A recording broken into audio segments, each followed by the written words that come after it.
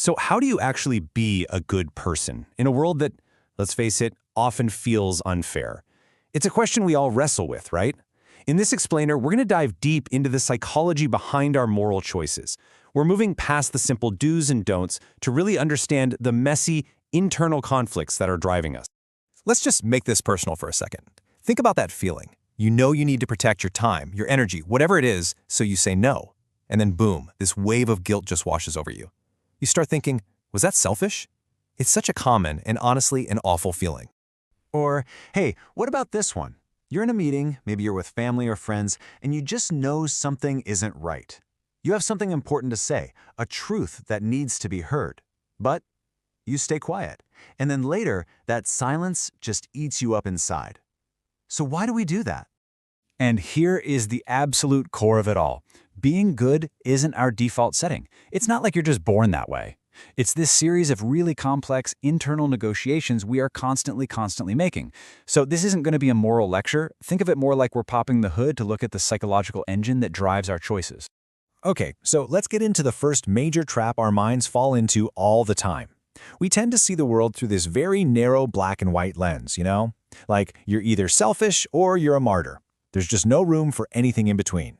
So on one side, you've got this selfish person just hoarding all their resources, and on the other, you have the self-sacrificing person who's basically giving away pieces of themselves.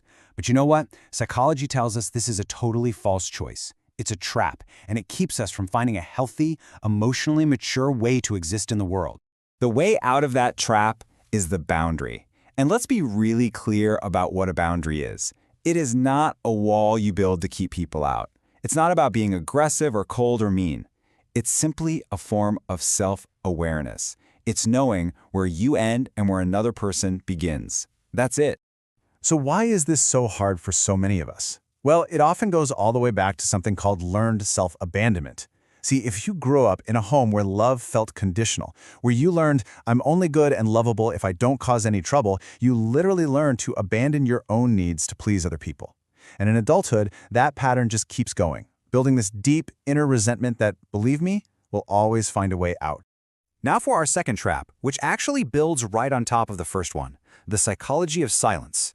And this isn't just about being a quiet person. It's about making the conscious choice not to speak your mind when you know you probably should.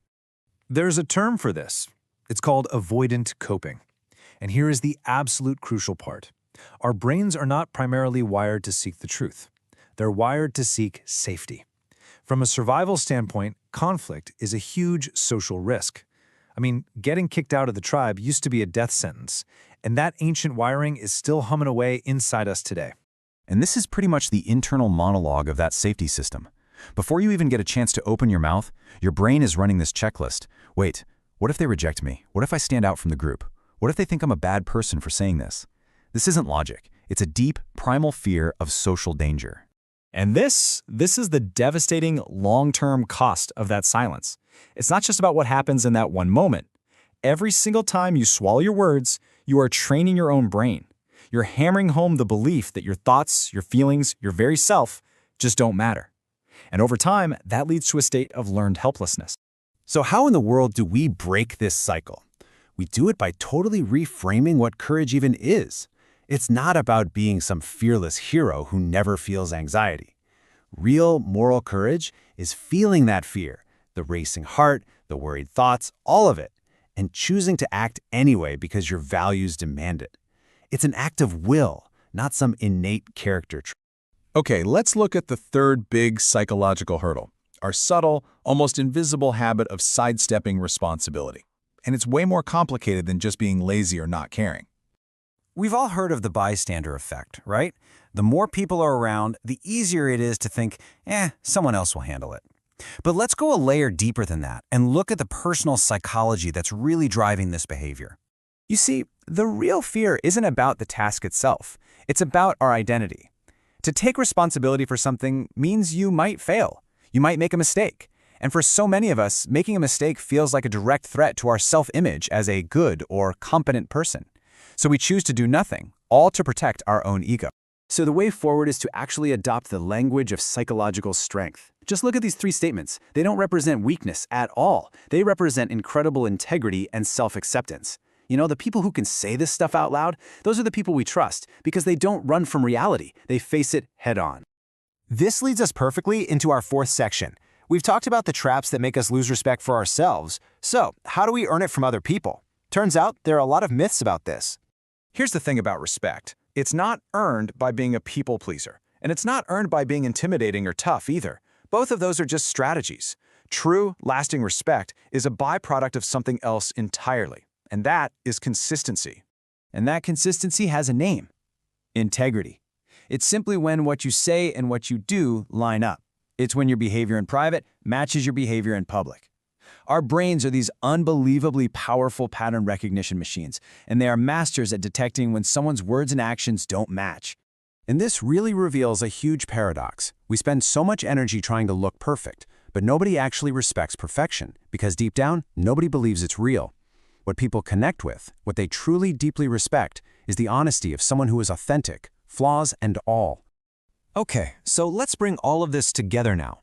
We've looked at the traps of selfishness, silence, and avoiding responsibility. We've explored where real respect comes from. So, what's the actual path to being a good person? It all comes down to this one central tool. Psychology tells us that the absolute foundation of moral development is self-reflection. It's the ability to just pause and ask yourself this one simple but incredibly powerful question. Was my action just now driven by my desire for safety and to avoid conflict, or was it driven by my core values?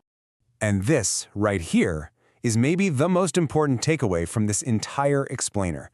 The goal is not perfection. You are going to make mistakes. You will fall back into these traps. Being good isn't about the absence of flaws. It's about the presence of awareness. It's about being conscious of your motivations and your choices. And we'll end on this final thought. The strength that we really admire in other people, it doesn't come from some perfect track record. It comes from the courage to be honest with themselves, to look at their own fears and their own mistakes without flinching. That willingness to face yourself, that is the real path to being good.